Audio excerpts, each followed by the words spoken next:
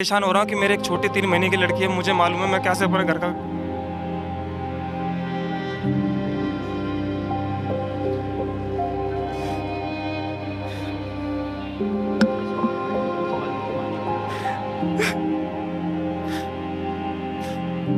समझ सकता हूँ, मैं आपका दर्द समझ सकता हूँ कि क्या है और इसीलिए आपकी आवाज़ हमने यहाँ पर सुनने की कोशिश की है।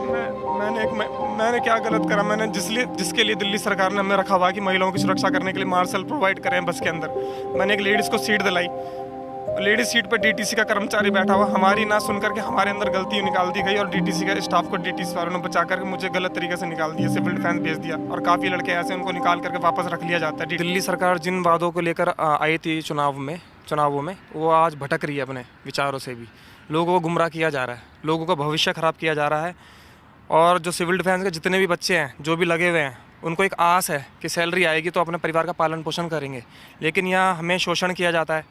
दूसरी बात, क्या शोषण? आपने ये तो जनरल कर दिया कि शोषण किया जाता है, क्या है उस शोषण? शोषण ये है, जैसे दिल्ली सरकार महिलाओं की सुरक्षा के लेकर सबसे बड़ी उपलब्धि उन्होंने जैसे महिलाओं के लिए फ्री टिकट कर दी है और महिलाओं की सुरक्षा के लिए मार्शल रखे हुए हैं ताकि किसी महिला के साथ छेड़छाड़ ना हो।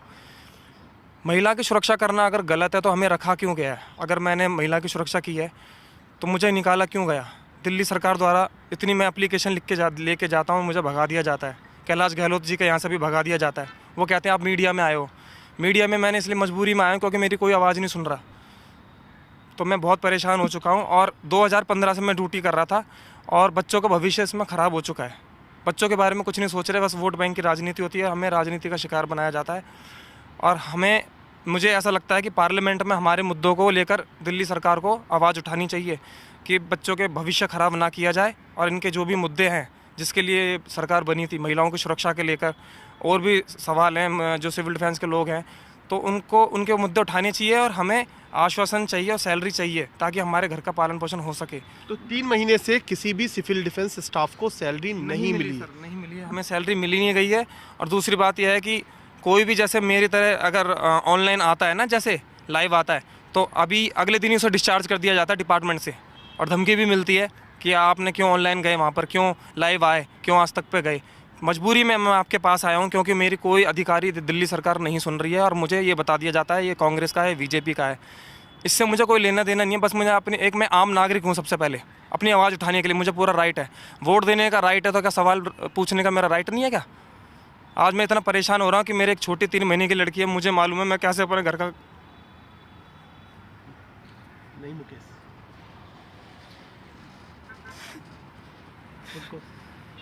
खुद को संभाल भाई, खुद को संभालिए खुद को।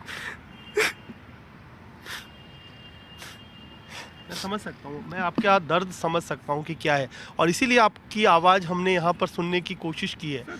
मैंने क्या गलत करा? मैंने जिसके लिए दिल्ली सरकार ने हमें रखा हुआ है कि महिलाओं की सुरक्षा करने के लिए मार्शल प्रोवाइड करें बस के अंदर। मैंने एक लेडीज़ को सीट दिलाई।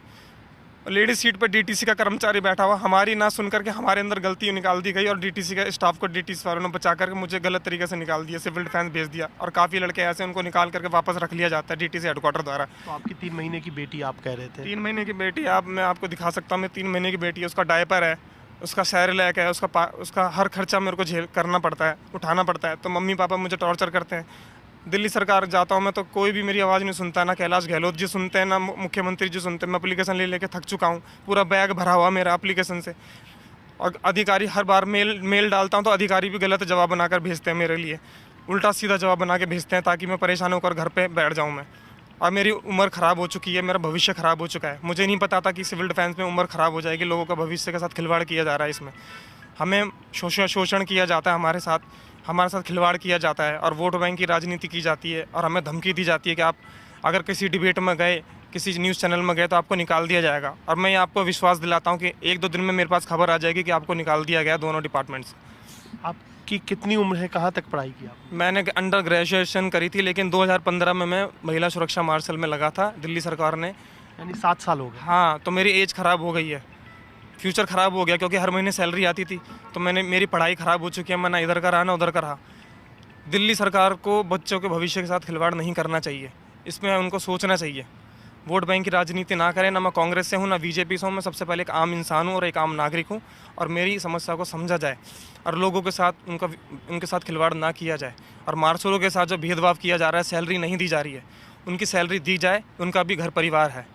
और मेरी जो नौकरी है, आपसे आपके चैनल के माध्यम से मैं निवेदन करूंगा, अगर मुख्यमंत्री जी मेरी बात को सुन रहे हो या दिल्ली सरकार, तो मेरी नौकरी मुझे वापस दिलवाई जाए। दिल्ली सरकार में मैं मार्शल था अम्बेडकर नगर डिपो में, और मेरा लेटर मेरे पास है प्रशंसा पत्र का कि मैंने एक महिला की सुरक्षा की और मुझे तारीफ़ के काबिल समझा गया है। तो मेरी नौकरी वापस क्यों नहीं मिल रही है? सुरक्षा विभाग द्वारा डीटीसी में वहाँ से गलत जानकारी दी जाती है। योगेश जी हैं जो हर बार उल्टा सीधा जवाब बनाकर भेजते हैं, और डीटीसी हेडक्वार्टर कुछ अधिकारी हैं जो वो भी गलत जवाब बनाकर भेजते हैं।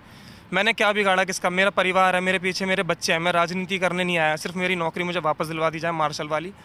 मेरे को किसी से कुछ नहीं चाहिए, बस मेरे बच्चे हैं, मेरे बच्चों की तरफ देखिए। और नहीं मैं और मेरा परिवार किसी दिन आत्महत्या कर लेंगे, जिसकी पूरी जिम्मेदारी दिल्ली सरकार की होगी। नहीं मुकेश, ये तो गलत आपका तरीका है।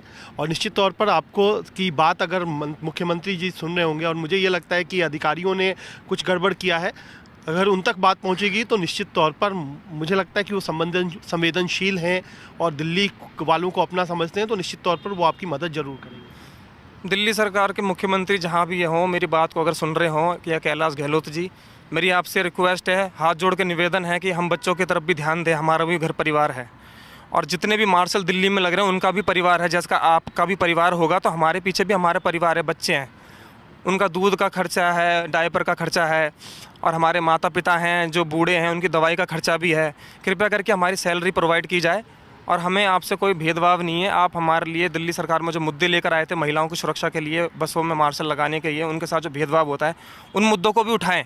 हमारा कोई माए बाप नहीं है, हमारा डिपार्टमेंट हमारा साथ नहीं देता है, ना दिल्ली सरकार देती है, ना हमारा जो सिविल डिफेंस वाला साथ देता है। तो आपसे रिक्वेस्ट है कि हमारे पर भी गौर किया जाए, हमारी सैलरी दी जाए, और हमारे जो मुद्दे हैं, जो मेरी जो नौकरी है डीटीसी में, जो मुझे गलत तरीके से निकाला गया बस मार्शल से, मुझे वापस मेरी नौकरी दिलाई जाए, ताकि मैं अपने परिवार का पालन पोषण कर सकूँ और लोगों की सैलरी प्रोवाइड की जाए।